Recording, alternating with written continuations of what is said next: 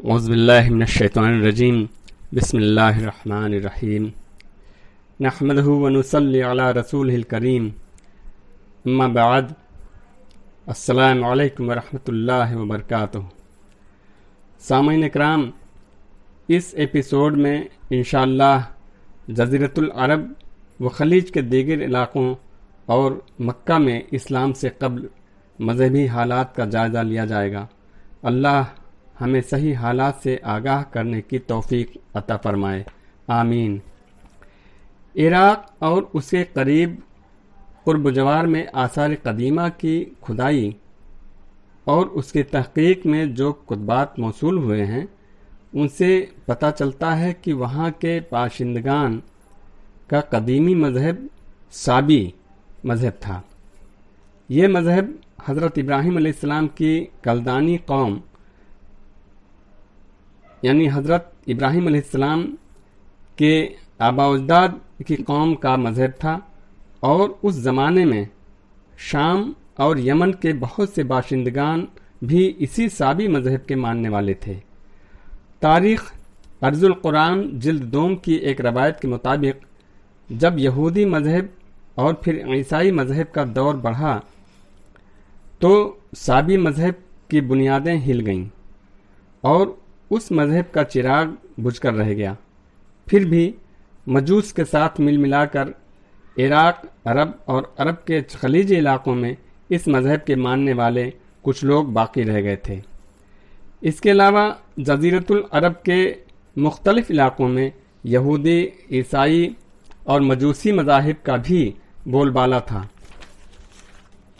ان مذاہب کے تاریخی پس منظر کا جائزہ لینا بھی ضروری سمجھتا ہوں، جو اس طرح ہے کہ جب بخت النصر نے فلسطین میں بابل اور آشور کے علاقوں میں اپنا دبدبہ قائم کیا تو یہودیوں کو ملک چھوڑ کر بھاگنا پڑا اور ان کے ہیکل برباد اور ویران ہو گئے، جس کا نتیجہ یہ ہوا کہ یہودیوں کا ایک گروہ حجاز کے شمالی علاقوں میں جا بسا اور اپنے مذہب کو پروان چڑھانا شروع کر دیا، جس کا یہ اثر ہوا کہ یثرب، خیبر اور تیمہ میں ان کی آبادی بڑھی اور پھر ان کے ذریعے عرب کے باشندگان میں یہودی مذہب اور رسم رواج کو فروغ حاصل ہو گیا۔ سمہودی نے اپنی تصنیف وفاء الوفا کے صفحہ نمبر 116 میں اس بات کا ذکر کیا ہے کہ اسلام کے وجود میں آنے کے وقت عرب میں یہودی قبیلوں کی تعداد 20 سے زائد تھی۔ ان میں خیبر، بنو نذیر، قریظہ اور قینقاع مشہور قبیلے تھے۔ یہودی مذہب کو یمن میں بھی پلنے بڑھنے اور پھیلنے کا موقع ملا۔ یہاں اس کے پھیلنے کی وجہ تبان اسد ابو کرب تھا۔ یہ شخص لڑائی لڑتا ہوا یثرب پہنچا اور وہاں یہودی مذہب اپنا لیا، اور پھر بنو قریظہ کے 2 یہودی علماء کو اپنے ساتھ یمن لے آیا اور ان کے ذریعے یہودی مذہب کو یمن میں خوب پھیلایا۔ سرزمین عرب میں عیسائی مذہب حبشی اور رومی لڑاکوؤں اور ان کی فتح یابی کے ساتھ آیا، چونکہ یمن پر حبشیوں کا قبضہ سن 340 عیسوی میں ہوا جو کہ 378 عیسوی تک قائم رہا۔ اس درمیان میں مسیحی مشن اپنا کام کرتا رہا۔ تقریباً اسی دوران ایک کرامات والا زاہد جس کا نام فیمیون تھا، وہ نجران پہنچا اور وہاں کے باشندگان میں عیسائی مذہب کو پھیلایا۔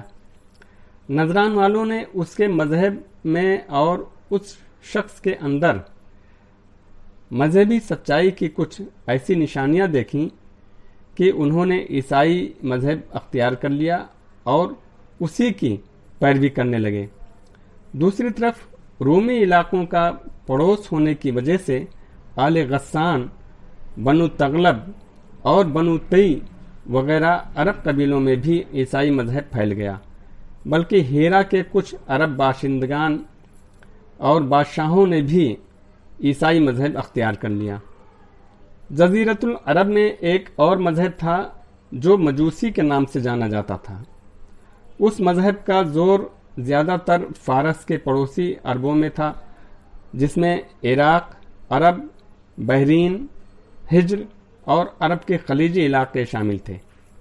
باقی رہا سابی مذہب، تو اس مذہب کے بارے میں ہم پہلے ہی روشنی ڈال چکے ہیں۔ جس وقت اسلام کی نورانی شعاعیں پھیلنا شروع ہوئیں، اس وقت عرب میں یہی مذاہب وجود میں تھے، لیکن یہ سارے مذہب ٹوٹ پھوٹ کے شکار تھے۔ مشرکین عرب کا دعویٰ تھا کہ ہم دین ابراہیمی پر قائم ہیں، لیکن وہ ابراہیمی شریعت سے کوسوں دور تھے۔ دین ابراہیمی نے جو تعلیم دیا تھا اس سے ان مشرکوں کا کوئی تعلق نہ تھا۔ ان میں گناہوں کی بھرمار تھی۔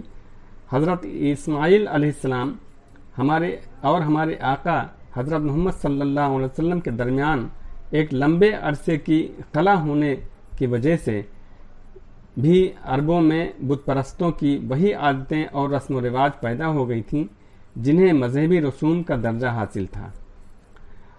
ان عادتوں اور رسم و رواجوں نے ان کے مجموعی سیاسی اور مذہبی زندگی پر گہرے اثرات ڈال رکھے تھے۔